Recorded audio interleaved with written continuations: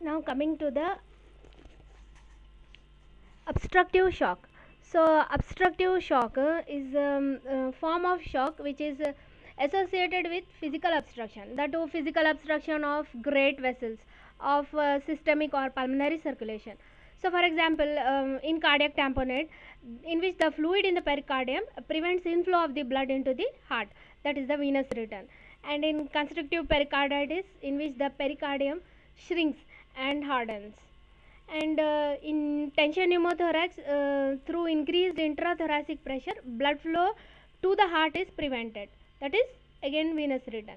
And pulmonary embolism, it is the in pulmonary embolism, it is the result of thromboembolic incident in the blood vessels of the lungs, and therefore hinders the return of blood to the heart.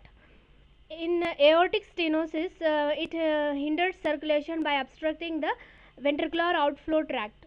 And in hypertrophic subaortic stenosis, it is thick ventricular muscle that occludes the ventricular outflow tract. And one more thing, abdominal compartment syndrome.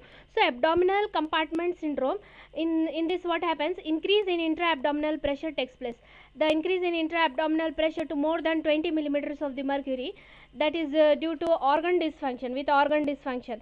So increase intra-abdominal pressure can be due to sepsis and severe abdominal trauma, etc. And the increased pressure reduce blood flow back to the heart, thereby reducing blood flow to the body and resulting in signs and symptoms of shock. And coming to the signs, many signs of obstructive shock, they are similar to cardiogenic shock.